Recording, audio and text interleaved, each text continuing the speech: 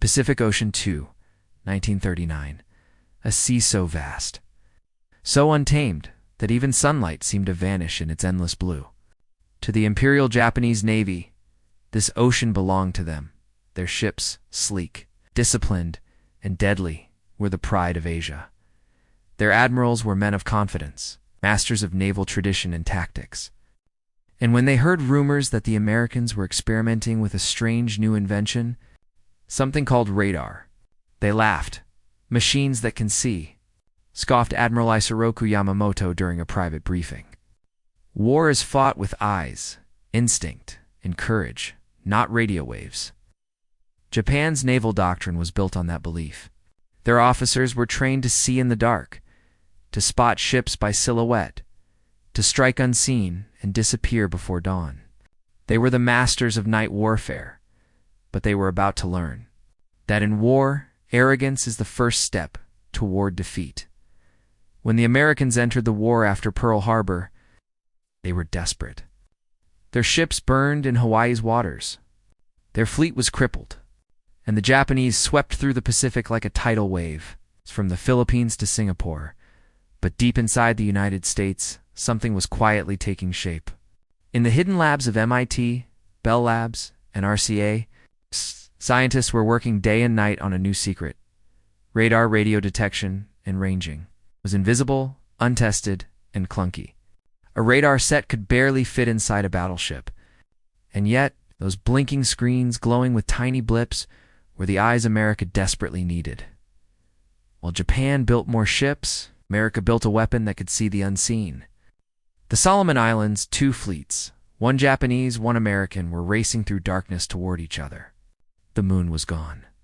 Clouds covered the stars. To the Japanese, this was perfect, their domain.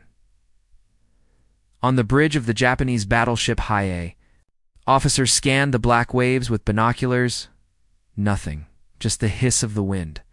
But aboard the American cruiser USS Helena, a young radar operator stared at a glowing screen. Tiny dots appeared, faint, distant, but real. "Sir," he said, "I've got something."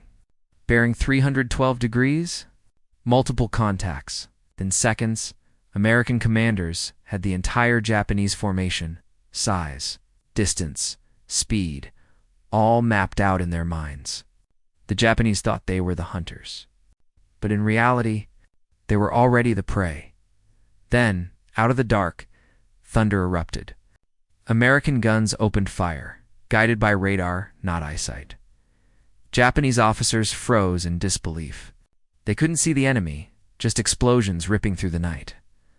On the Hiei, a sailor shouted, "Where is the fire coming from?" No one knew. Shell after shell tore into the fleet.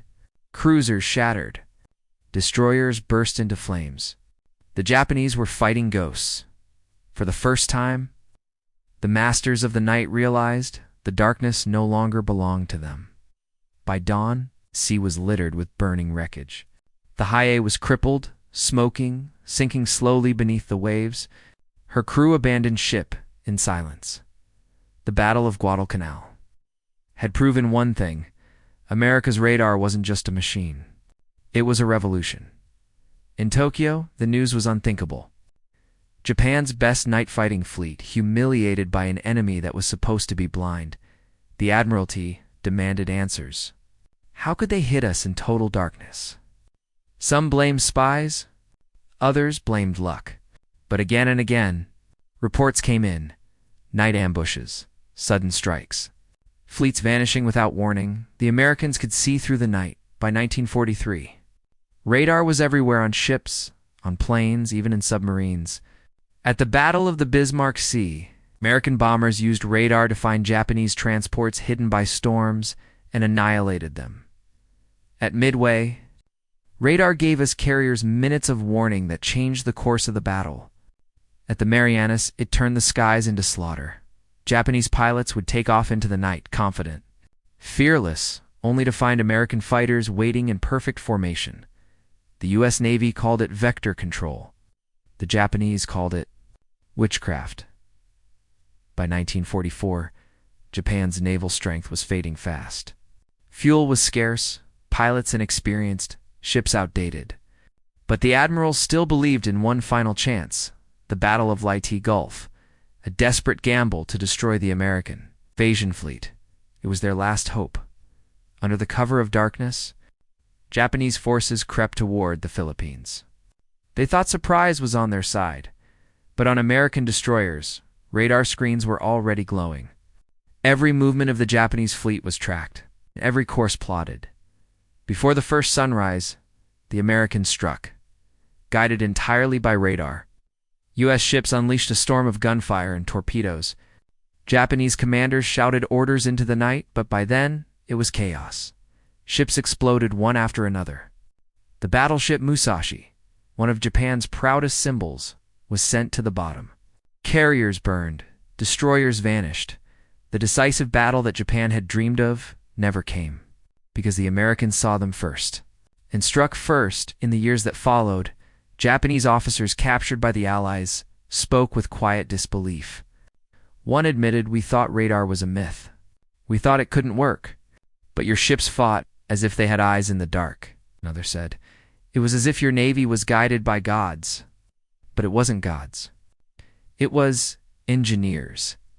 It was science, persistence, and innovation, the invisible hands that changed the course of war. When the war finally ended in 1945, Allied officers toured Japan's naval bases.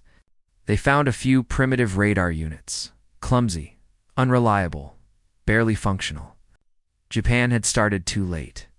They had spent their genius building swords while America built vision. A captured admiral summed it up perfectly. "We brought blades to a gunfight." Radar didn't just help America win battles. It changed how war was fought forever. No longer would courage alone rule the seas. Information would.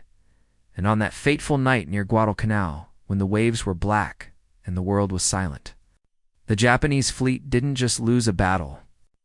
They lost their greatest advantage the night, because from that moment on, the darkness belonged to radar.